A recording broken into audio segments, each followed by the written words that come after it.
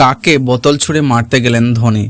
বরাবরই ঠান্ডা মাথার মানুষ মহেন্দ্র সিং ধোনি, সেই সুবাদে ক্যাপ্টেন কুল তকমা পেয়েছেন।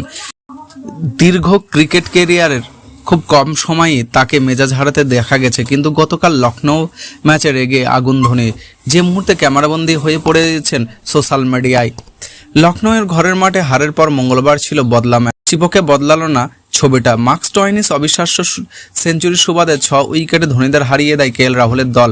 আর সেই ম্যাচেই ধোনিকে মেজাজ হারাতে দেখা গেল। নেট দুনিয়ায় ভাইরাল ভিডিওতে দেখা যাচ্ছে যে ড্রেসিং রুমে দাঁড়িয়ে আছেন ধোনি, ক্যামেরা তার দিকে তাক করতেই বোতল ছুঁড়ে মারার হুমকি দিচ্ছেন তিনি। কিন্তু কোন ঘটনার প্রেক্ষিতে তেলে বেগুনে জ্বলে উঠলেন ধোনি? ঘটনা চেন্নাইয়ের ইনিংসের সময় ক্রিজে তখন ব্যাট করছেন অধিনায়ক ঋতুরাজ গায়কোয়াড় এবং শিবম দুবে। পার্টনারশিপে তৈরির চেষ্টা করছেন তারা। সেই মুহূর্তে এক মুহূর্তের জন্য ক্যামেরা ফোকাস করে ধোনির দিকে। দর্শকরা জায়ান্ট স্ক্রিনে ধোনিকে দেখতে পেলে সে উল্লাসের সীমা বাঁধ ভাঙে, তা আর বলার অপেক্ষা রাখে না। চোখের সামনে ধোনির উপস্থিতি শব্দের মাত্রা রেকর্ডের পারদ ছুঁয়ে ফেলে।